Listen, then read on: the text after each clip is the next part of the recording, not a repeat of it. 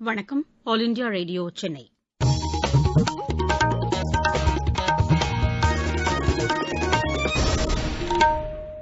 மாநிலச் செய்திகள் வாசிப்பவர் சித்ரா பாலசுப்ரமணியன். தலைப்புச் செய்திகள்: வெளிநாடுகளில் வேலை தேடும் இந்தியர்களுக்கு திறன் மேம்பாட்டு பயிற்சி திட்டம் விரைவில் தொடங்கப்பட உள்ளதாக பிரதமர் திரு நரேந்திர மோடி கூறியுள்ளார். இலங்கை கடற்படையினரால் சிறைப்பிடிக்கப்பட்டுள்ள 20 தமிழக மீனவர்களை விடுவிக்க மத்திய அரசு உடனடியாக நடவடிக்கை எடுக்க வேண்டும் என தமிழக அரசு வலியுறுத்தியுள்ளது. தமிழகத்தில் விவசாயிகள் உயிரிழந்தது தொடர்பான விவரங்களை முதலமைச்சர் முழுமையாக வெளியிட வேண்டும் என திமுக கோரியுள்ளது. விவசாயிகளின் பிரச்சினைக்கு தீர்வு காண தமிழக அரசு தவறிவிட்டதாக பிஜேபி குற்றம் சாட்டியுள்ளது. சென்னை ஒப்பன் டென்னிஸ் போட்டியின் இறுதி ஆட்டங்கள் இன்று நடைபெறுகின்றன. இனி விரிவான செய்திகள்.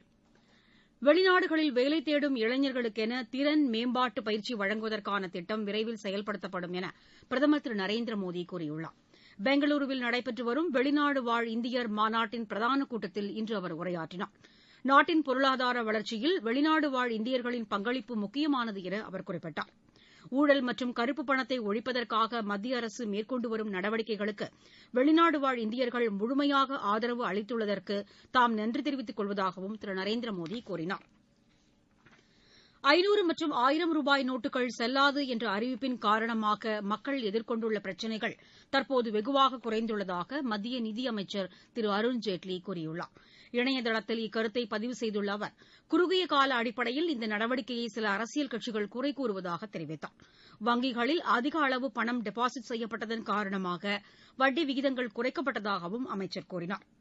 இதற்கிடையே ரூபாய் நோட்டு பிரச்சினையில் மத்திய அரசு மேற்கொண்ட நடவடிக்கைக்கு அளித்த ஆதரவில் உறுதியுடன் உள்ளதாக ஐக்கிய ஜனதாதளம் தெரிவித்துள்ளது.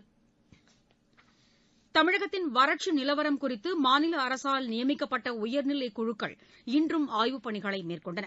சென்னை நீங்கலாக இதர மாவட்டங்களில் அமைச்சர்கள் மற்றும் அதிகாரிகளை கொண்ட இந்த குழுக்கள் இப்பணிகளை மேற்கொண்டு வருகின்றன.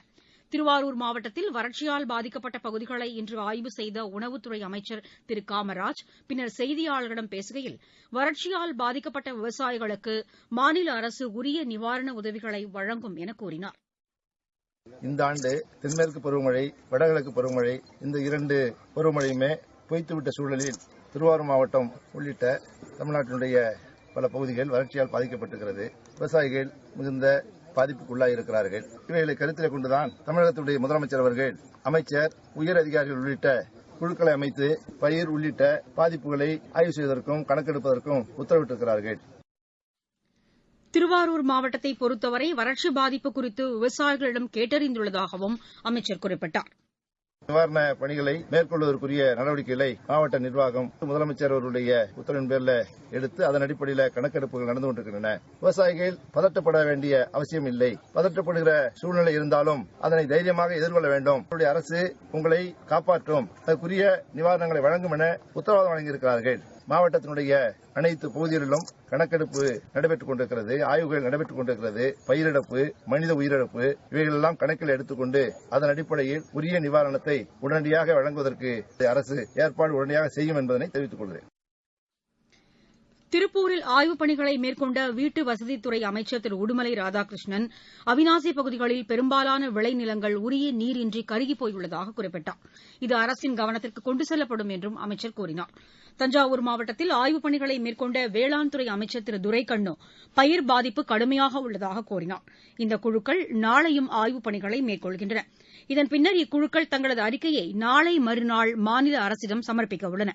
இதனைத் தொடர்ந்து மாநில அமைச்சரவைக் கூட்டத்தில் இந்த அறிக்கை குறித்து விவாதித்து உரிய நிவாரண உதவிகள் வழங்கப்பட உள்ளதாக எமது செய்தியாளர் தெரிவிக்கிறார். வறட்சிப் பகுதிகளில் ஆய்வு செய்கிறோம் என்ற பெயரில் அமைச்சர்கள் கண்துடைப்பு நாடகம் நடத்துவதாக திமுக செயல் தலைவர் திரு மு.க. ஸ்டாலின் குற்றம் சாட்டியுள்ளார். இன்று வெளியிட்டுள்ள அறிக்கையில் இதனை தெரிவித்துள்ள அவர், தமிழகம் இதுவரை கண்டிராத வறட்சி காரணமாக கடந்த 1 மாதத்திற்கு உள்ளாக 125 விவசாயிகள் தற்கொலையாலும் அதிர்ச்சியாலும் உயிரிழந்துள்ளதாக கூறியுள்ளார். ஆனால் ஆய்வுப் பணியினை மேற்கொண்ட அமைச்சர் ஒருவர், விவசாயிகள் யாரும் வறட்சியால் உயிரிழக்கவில்லை என கருத்து தெரிவித்திருப்பது கண்டனத்திற்குரியது என்று அவர் அதில் குறிப்பிட்டுள்ளார். இதுகுறித்த உண்மை விவரத்தை முதலமைச்சர் திரு ஓ பன்னீர்செல்வம் முழுமையாக வெளியிட வேண்டும் என்றும் அவர் கோரிக்கை விடுத்துள்ளார். பாதிக்கப்பட்ட விவசாயிகளுக்கு போர்க்கால அடிப்படையில் நிவாரண உதவிகள் வழங்கப்பட வேண்டும் என்றும் திரு மு.க. ஸ்டாலின் அந்த அறிக்கையில் வலியுறுத்தியுள்ளார். விவசாயிகளின் பிரச்சினைக்கு தீர்வு காண தமிழக அரசு தவறிவிட்டதாக பிஜேபி மாநில தலைவர் திருமதி தமிழிசை சவுந்தரராஜன் குற்றம் சாட்டியுள்ளார்.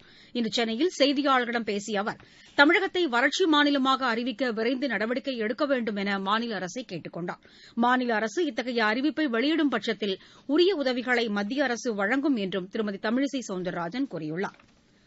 வடகிழக்கு பருவமழை பொய்த்துப் காரணமாக தமிழகத்தின் நெல் சாகுபடி நடப்பு நிதியாண்டில் 39% குறைந்துள்ளதாக இந்திய வேளாண் ஆராய்ச்சிக் குழுமத்தின் தலைமை இயக்குநர் திரு சந்து கூறியுள்ளார். பிடிஐக்கு அளித்த பேட்டியில் இதனை தெரிவித்துள்ள அவர், கடந்த ஆண்டில் இதே காலகட்டத்தில் 11,82,000 ஹெக்டேர் பரப்பில் நெல் சாகுபடி செய்யப்பட்டதாகவும் தற்போது இது 7,18,000 குறைந்துள்ளது என்றும் கூறினார். உணவு தானியங்கள் சாகுபடியும் வறட்சி காரணமாக குறைந்துள்ளதாகவும் திரு சந்து தெரிவித்தார். நீங்கள் கேட்டுக் கொண்டிருப்பது ஆல் இண்டியா ரேடியோவின் மாநில செய்தி அறிக்கை. இலங்கை சிறைகளில் உள்ள 20 தமிழக மீனவர்களை விடுவிக்க உடனடியாக நடவடிக்கை மேற்கொள்ள வேண்டும் என முதலமைச்சர் திரு ஓ பன்னீர்செல்வம் மத்திய அரசை வலியுறுத்தியுள்ளார். இது தொடர்பாக பிரதமர் திரு நரேந்திர மோடிக்கு அவர் எழுதியுள்ள கடிதத்தில் இக்கோரிக்கையை விடுத்துள்ளார். இலங்கை சிறைகளில் இருந்து 51 தமிழக மீனவர்கள் விடுவிக்கப்பட்டதற்காக அவர் அக்கடிதத்தில் நன்றி தெரிவித்துள்ளார். இந்த மீனவர்கள் கரைக்கு திரும்புவதற்கு முன்னதாகவே புதுக்கோட்டை மற்றும் ராமநாதபுரத்தைச் சேர்ந்த 10 மீனவர்கள் இலங்கை கடற்படையினரால் இன்று மீண்டும் சிறைப்பிடிக்கப்பட்டுள்ளதாக அவர் கடிதத்தில் குறிப்பிட்டுள்ளார். தமிழக மீனவர்கள் ஆழ்கடல் மீன்பிடித் தொழிலை மேற்கொள்வதற்காக சிறப்பு திட்டத்தை செயல்படுத்துவதற்காக 1,650 கோடி ரூபாய் நிதியினை மத்திய அரசு ஒதுக்கீடு செய்ய வேண்டும் என மறைந்த முதலமைச்சர் ஜெயலலிதா விடுத்த கோரிக்கையை தாம் மீண்டும் வலியுறுத்துவதாகவும் அவர் அதில் தெரிவித்துள்ளார். இலங்கை கடற்படையினரால் பறிமுதல் செய்யப்பட்ட 118 படகுகளையும் மீட்க பிரதமர் உறுதியான நடவடிக்கைகளை மேற்கொள்ள வேண்டும் என்றும் திரு பன்னீர்செல்வம் அந்த கடிதத்தில் கேட்டுக் கொண்டிருக்கிறார். வைகுண்ட ஏகாதசி விழா வைணவ திருக்கோயில்களில் இன்று வெகு விமரிசையாக நடைபெற்றது. பூலோக வைகுண்டம் என போற்றப்படுவதும் 108 திவ்ய தேசங்களில் முதன்மையானதுமான ஸ்ரீரங்கம் அரங்கநாத சுவாமி திருக்கோவிலில் இன்று வைகுண்ட ஏகாதசி விழாவை ஒட்டி நடைபெற்ற சொர்க்கவாசல் திறப்பு நிகழ்ச்சியில் ஆயிரக்கணக்கான பக்தர்கள் பங்கேற்றனர். இதேபோல் சென்னை திருவல்லிக்கேணியில் உள்ள பார்த்தசாரதி திருக்கோவில் உள்ளிட்ட வைணவ திருக்கோயில்களிலும் பரமபத வாசல் திறப்பு வெகு விமரிசையாக நடைபெற்றது. மகாத்மா காந்தி தேசிய ஊரக வேலைவாய்ப்பு உறுதித் திட்டத்தின் கீழ் பணியாற்றுபவர்கள் ஆதார் அடையாள அட்டை வைத்திருப்பது வரும் ஏப்ரல் மாதம் முதல் கட்டாயமாக்கப்பட்டுள்ளதாக மத்திய அரசு கூறியிருக்கிறது. இத்திட்டத்தின் கீழ் ஏற்கனவே பணிகளை மேற்கொண்டு வருபவர்களும் புதிதாக பதிவு செய்பவர்களும் ஆதார் அடையாள எண்ணை சமர்ப்பிக்க வேண்டும் என்றும் கேட்டுக் கொள்ளப்பட்டிருக்கிறார்கள். மாவட்டச் செய்திகள். கன்னியாகுமரி மாவட்டத்தில் அரிசி குடும்ப அட்டைதாரர்கள் பொங்கல் சிறப்பு பரிசினை பெற்றுக் கொள்ளுமாறு ஆட்சியாளர் திரு சஜ்ஜன் சிங் சவான் கேட்டுக் கொண்டிருக்கிறார். மதுரை மாநகராட்சிக்கு உட்பட்ட பகுதிகளில் சீம கருவேல மரங்களை அகற்றும் பணியை ஆட்சியர் திரு வீரராகவராவ் இன்று பார்வையிட்டார். ஈரோடு மாவட்டம் கோபியில் தென்னை மதிப்பு கூட்டுதல் குறித்த தொழில்நுட்ப பயிற்சி நாளை நடைபெறுகிறது. சிவகங்கை மாவட்டத்தில் 60,000 ஹெக்டேரில் பயிரிடப்பட்டுள்ள நெற்பயிர்கள் வறட்சியால் பாதிக்கப்பட்டுள்ளன. நாகை மாவட்டம் நாகூரில் தடையை மீறி ஜல்லிக்கட்டு நடத்த முயன்ற இந்திய தேசிய லீக் பொதுச் செயலாளர் திரு நிசாமுதீன் உட்பட 50க்கும் மேற்பட்டவர்களை காவல்துறையினர் இன்று கைது செய்தனர். சென்னை சென்ட்ரலில் இருந்து இன்றிரவு மணி 7:15க்கு புறப்பட வேண்டிய ஜிடி எக்ஸ்பிரஸ் தாமதமாக 10:30 மணிக்கு புறப்படும் என தெற்கு ரயில்வே அறிவித்துள்ளது. இதேபோல் கோவையிலிருந்து சென்னை சென்ட்ரலுக்கு இன்றிரவு மணி 10:40க்கு புறப்பட வேண்டிய சேரன் எக்ஸ்பிரஸ் நாளை காலை 6 மணிக்கு புறப்படும் என தெரிவிக்கப்பட்டுள்ளது. விளையாட்டுச் செய்திகள். சென்னை ஒபன் டென்னிஸ் போட்டியின் ஒற்றையர் பட்டத்தை ஸ்பெயினின் பாட்டிஸ்டா அகட் பெற்றுள்ளார். சற்றுமுன் முடிவடைந்த இறுதியாட்டத்தில் அவர் 6-3, 6-4 என்ற செட் கணக்கில் ரஷ்யாவின் மெத்வதேவை வென்றார். இன்னும் சற்று நேரத்தில் தொடங்கவுள்ள இரட்டையர் பிரிவு இறுதியாட்டத்தில் இந்தியாவின் ரோஹன் போபண்ணா ஜீவன் நெடுஞ்செழியன் இணை புரவ் ராஜா டிவிஜ் ரஜன் சரண் இணையை எதிர்கொள்கிறது. பிரிஸ்பேனில் சர்வதேச மகளிர் டென்னிஸ் போட்டியில் இந்தியாவின் சானியா மிர்சா அமெரிக்காவின் பெத்தனிக் மெட்டெக் சான்ஸ் இணை பட்டம் வென்றது. இறுதிப் போட்டியில் இந்த இணை 6-2, 6-3 என்ற செட் கணக்கில் ரஷ்யாவின் ஏகதெரினா மெக்கரோவா எலினா வெசினா இணையை வென்றது.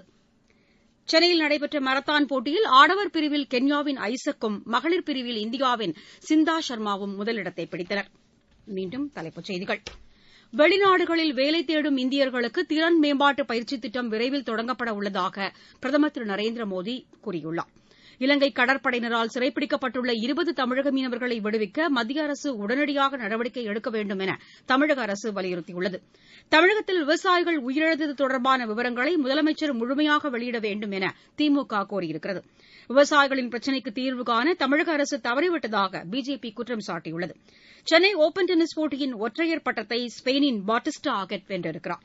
செய்தி அறிக்கை நிறைவு பெற்றது.